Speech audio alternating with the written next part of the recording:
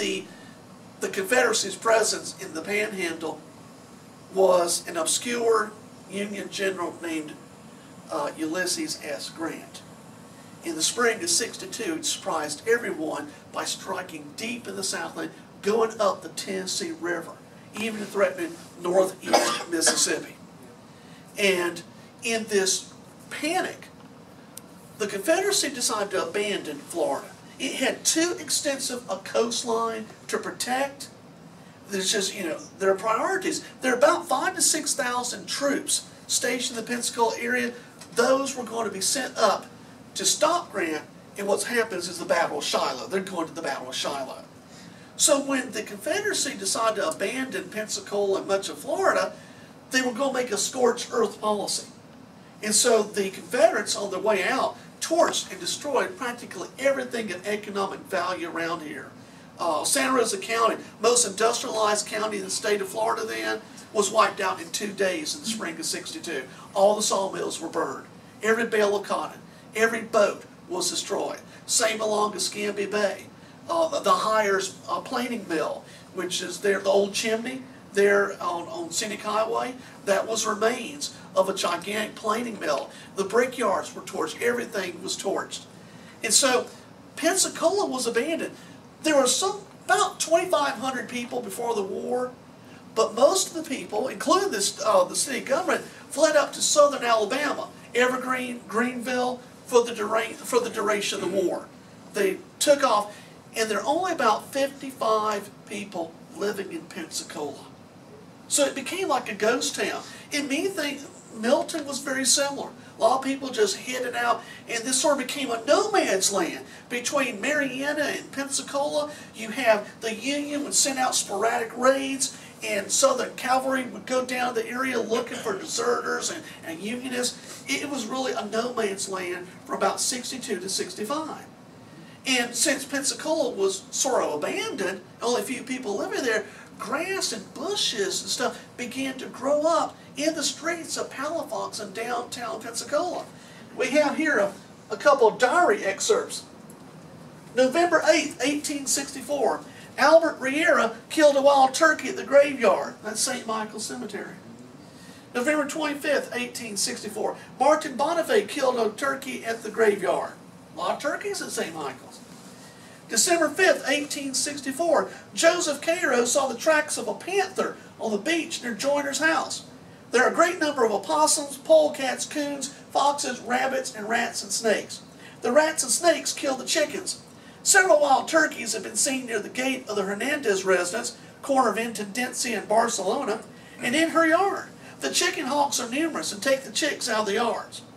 December 7th, 1864, Martin Hernandez saw a large panther opposite Jim McCloskey's house from the grocer's near the Gillimard house, Zaragoza Street. Mr. John Trimble saw the tracks of a bear and cub back of his house in Government and Florida Blanca. So bears, panthers, oh my! I mean, this is, it's reverted back to the wild. I've had several people ask me, of all these reminiscences, which one is your favorite? Well, all of them, but I do have one that is interesting. And the title of it is Hanged at Barrancas. It's about a Confederate soldier that was hung at Barrancas and lived. Yes, that's something you don't see often. And he was accused of being a Confederate spy. And in truth of the matter, when they accused of it, he actually was. He did do it. But somebody cut him down right in the nick of time and saved his life, and because he was mistaken. Anyhow, we have this guy's, looks like 20 years later, he is recounting what happened. There was where I had the experience of being hanged. A crowd of infuriated Union soldiers surrounded me, and realizing that they had captured a Confederate spy, they proceeded to hang me without further ado. A rope was slipped about my neck, and the other end suspended over the projecting joist of a building 1.5 stories high, over which they pulled me up by hand until I was about a finger's length above the earth.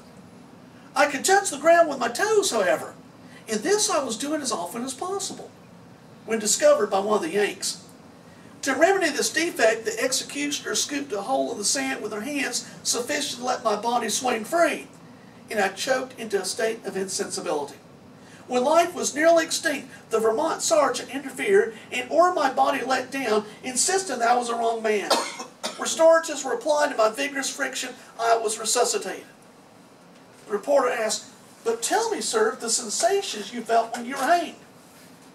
The first sensation was as near like that of a steam boiler ready to explode as anything I can call to mind. Every vein and blood vessel leading to and from the heart seemed to be charged with an oppressive fullness that must find an avenue of escape or explode. The nervous system throughout its length was tingling with a painful, pricking sensation, the like of which I never felt before or since. Then followed the sense of an explosion as if a volcano erupted. This seemed to give me relief, and the sensation of pain gave way to a pleasurable feeling. A feeling to be desired by everyone. Could it be arrived at without hanging?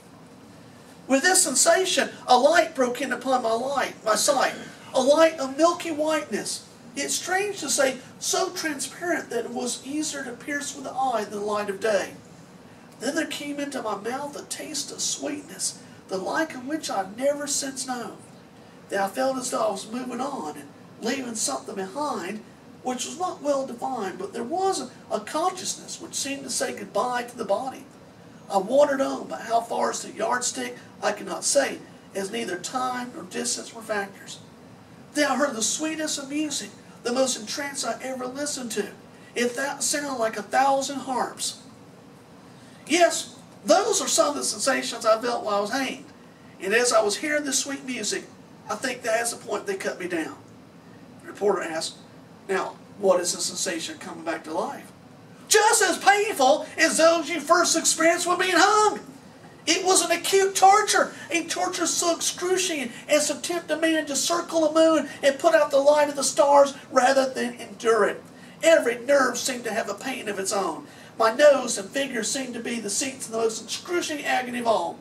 In half an hour it was all over, but I would not go through it again for the wealth of the Indies. Yes, sir, I have been hanged. I'm one of the few who live to tell of its sensations, not only those you experience when dangling at the end of a rope, but also knowing that you are leaving this world. I do not recommend it." Well, yeah. What's interesting, the guy eventually became a preacher. Yeah, I guess he learned his lesson. Who was the guy? Reverend Mr. Mann. That's his last name. He was a man. M-A-N-N. There are refreshments in the